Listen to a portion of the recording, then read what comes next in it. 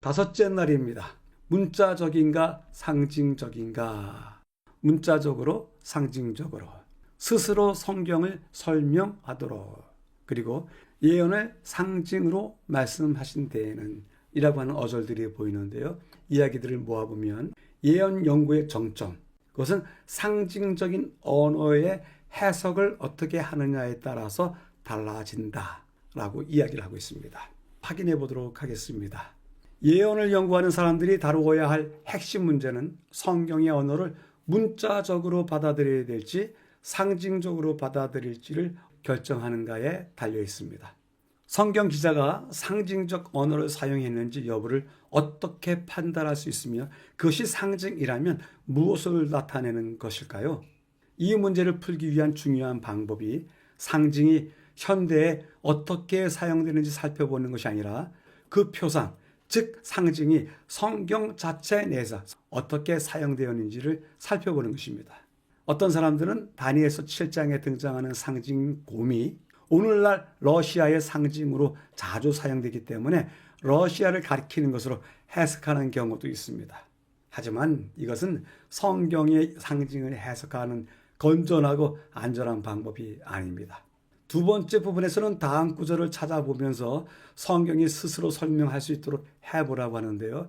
각 구절에서 공통적으로 나타나는 예언적 상징은 무엇이고 성경은 그 상징이 무엇을 나타낸다고 말하는지 확인해 보라고 합니다. 한 절씩만 확인해 볼까요? 다니엘서 7장 7절, 내가 환상 가운데 본 넷째 짐승은 무섭고 놀라우며 매우 강하며 세련된 큰 이가 있으며 먹고 부서뜨리고 그 나머지를 발로 밟았으며 이 짐승은 전에 모든 짐승과 다르고 또 10뿔이 있더라. 이 안에서 여러분들이 찾아봐야 될 것은 짐승이 무엇을 이야기하고 먹고 부서뜨리고가 무엇을 이야기하고 또 10뿔이라는 것은 무엇일까요? 이런 것들을 성경 스스로 안에서 찾아봐야 하는 것입니다. 요한계시록 1장에서도 그의 오른손에 7별, 입에서는 좌우에 날선 검, 얼굴은 해가 힘있게 비치는 것, 이런 말씀들의 의미는 또한 무엇일까요? 여러분들이 스스로 해석할 수 있을까요? 해석하시려면 이 말씀을 문맥 가운데서 다른 구절에서 그 해석의 힌트를 얻는 것입니다. 요한계시록 12장도 마찬가지입니다. 하늘에 큰 이적이 있었다? 그 이적이라는 게 무엇일까요? 해를 옷 입은 한 여자, 그러면 해와 여자, 그 발 안에는 달이 있고 달은 무엇일까요? 그 머리에는 12별의 관, 12별의 관은 또한 무엇일까요? 이 모든 것들을 성경이 스스로 정의하도록 하는 간단한 원칙에 따르면 예언적 상징 뒤에 숨겨진 대부분의 신비는 자연스럽게 사라지게 됩니다.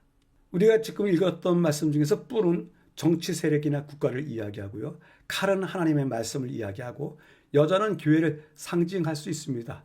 이것들은 우리의 해석이 아니라 성경 스스로가 제안하고 있습니다. 이런 구절에서 우리는 성경이 스스로 성경을 설명하는 것을 분명히 확인할 수 있습니다.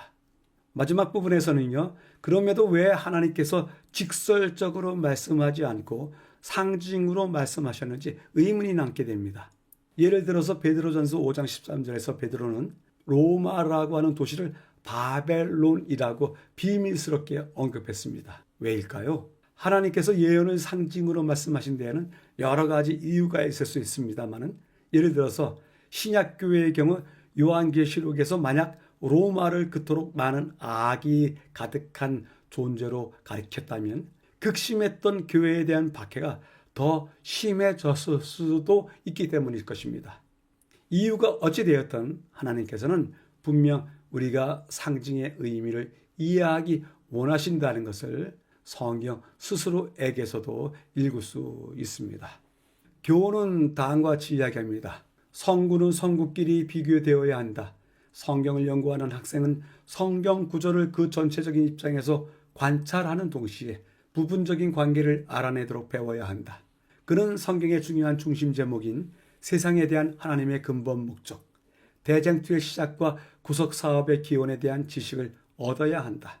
그는 주권을 다투고 있는 두 가지 원칙의 성질을 이해하고 역사와 예언의 기록을 통하여 그 큰 종국에 이르기까지 그 원칙들의 활동을 연구해 보아야 한다라고 라고 전하고 있습니다. 다섯째 날을 요약해 보도록 하겠습니다. 문자적인가 상징적인가 라고 하는 제목으로 살펴봤는데요. 그 주된 내용은 예언적인 용어의 적용, 우리가 상징으로 볼 것인가 문자로 볼 것인가, 어느 것은 상징으로 보고 어느 것은 문자로 볼 수도 있습니다. 그러나 우리가 알지 못하는 방법으로 숨겨진 뜻으로 상징적으로 사용됐을 때가 예언서, 특별히 묵시서에는 많이 있습니다. 때문에 우리가 상징을 이해하는 방법을 찾아야 되는데요. 세 가지 이야기를 했습니다. 상징, 현재가 아닌 성경 시대로 돌아가서 적용해야만 한다.